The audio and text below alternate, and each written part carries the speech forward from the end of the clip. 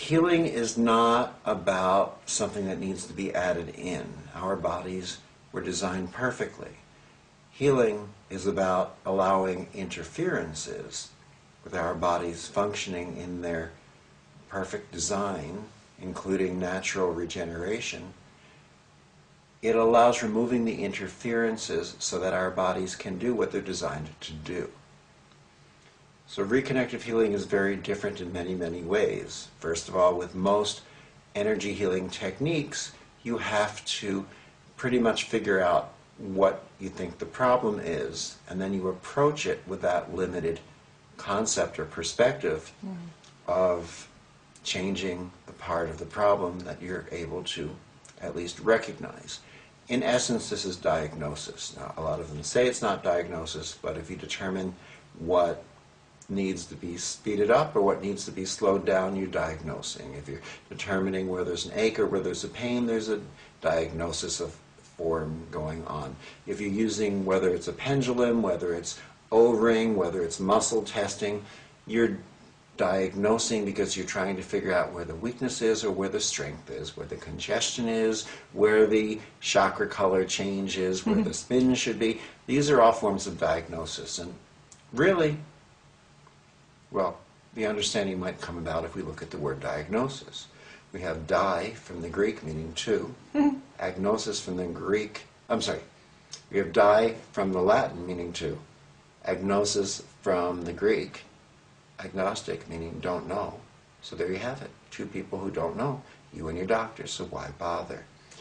When we determine or attempt to determine what the person's problem is, we then focus on seeing whether we can fix it. Even if we try to approach it from attempting to be a medical intuitive, what is the value of that information unless we can attempt to try to fix something? And that's what happens. But the higher level that we can rise to comes when we no longer attempt to direct the healing to bring about a certain type of a response. But instead, when we allow ourselves to rise to the level of becoming the observer and the observed, and as we're willing to be in that state of observation, we find that the universe displays the perfection and beauty of the healing process before us.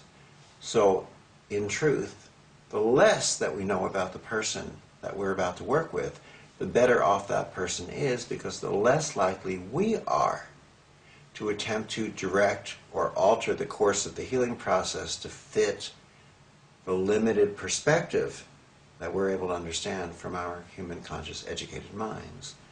And the more likely that we are to gain the true gift of being able to witness a more phenomenal, a more comprehensive, a wiser, and more intelligent healing. So it's really recognizing that there is an universal intelligence that is doing the work. That's the first step. The first step, the key step, is to recognize that there is a universal intelligence. Not just give it lip service, not just say it, but to recognize it and allow it to orchestrate. We've been taught the I, me approach to healing. It's not our fault, but it's the way we've been taught.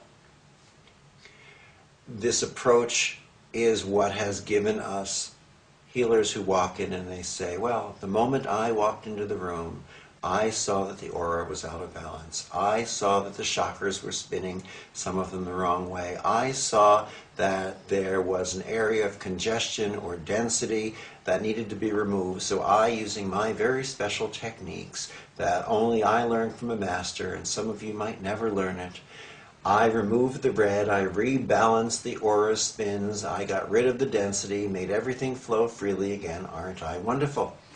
And maybe we don't always say, aren't I wonderful? And we probably don't say, I, me so loudly and clearly, but maybe we should. Because once we do, we might begin to hear and see what we've actually been doing. The truth is, if we worked on, for example, an athlete who injured themselves, what would we experience? What would we see? What would they experience? Well, let's say that an athlete on the playing field injured his or her knee. There's swelling, there's heat, there's altered function, there's redness, there's pain. The pain is the knee picking up the body's telephone system, calling up to the brain, saying, help, help, help, there's damage down here. And the brain says, okay, got it handled. I'm going to send increased blood flow. We're going to wash away the damaged tissue. We're going to send healing nutrient fluids to bathe the area in regenerative nutrients. It's going to keep the area congested in a sense and swollen. It's going to limit its motion, but that is to protect it while it's in that delicate situation. During the healing process, there will be color changes. You'll see red from the blood flow. You'll see the tissue go through various color changes during the healing process. There'll be temperature changes. This is all a part of the perfect design of the intelligence of the universe, demonstrating itself through the innate intelligence of the human body.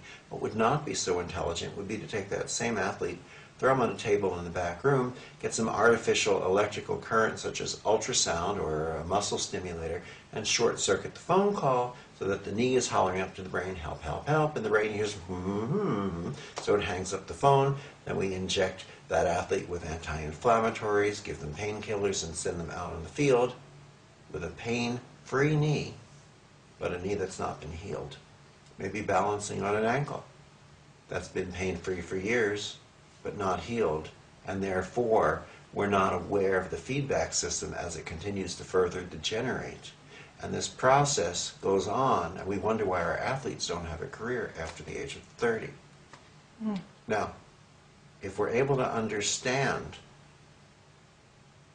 this concept, then the question that we need to ask ourselves includes, is the intelligence of the universe any less intelligent off of the body than it is on the body? In other words, when that healing practitioner comes in and rebalances the chakras to spin in the direction that they think that they should spin in, what makes them think that those shifts in balance are any less intelligent than the shifts of the redirections in the flow of the fluids going on in the body? When they remove the chakra colors that they think shouldn't be there and rebalance them so that the ones they think should be there, when they remove the area of red that they think should be purple or green, what makes them think that those color changes away from the norm is any less intelligent than the color changes that the body's tissue goes through? When they remove the areas of density, what makes them think that that increased density or congestion is any less intelligent than the swelling of the knee that's keeping it protected and bathed in the nutrient fluids? In other words, what that healer is really saying, and let's listen to it in a human voice. What they're saying is this: thanks a lot, God.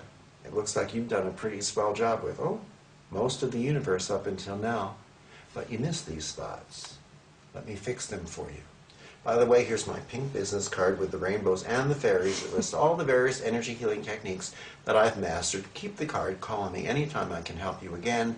I would love to stay and chat, but I have just about enough time to run off, email everyone I've ever known and tell them exactly what I have just done, and then still make it to the class that I'm teaching tonight on how to transcend your ego. By the way, you might want to come. There's always something for everyone.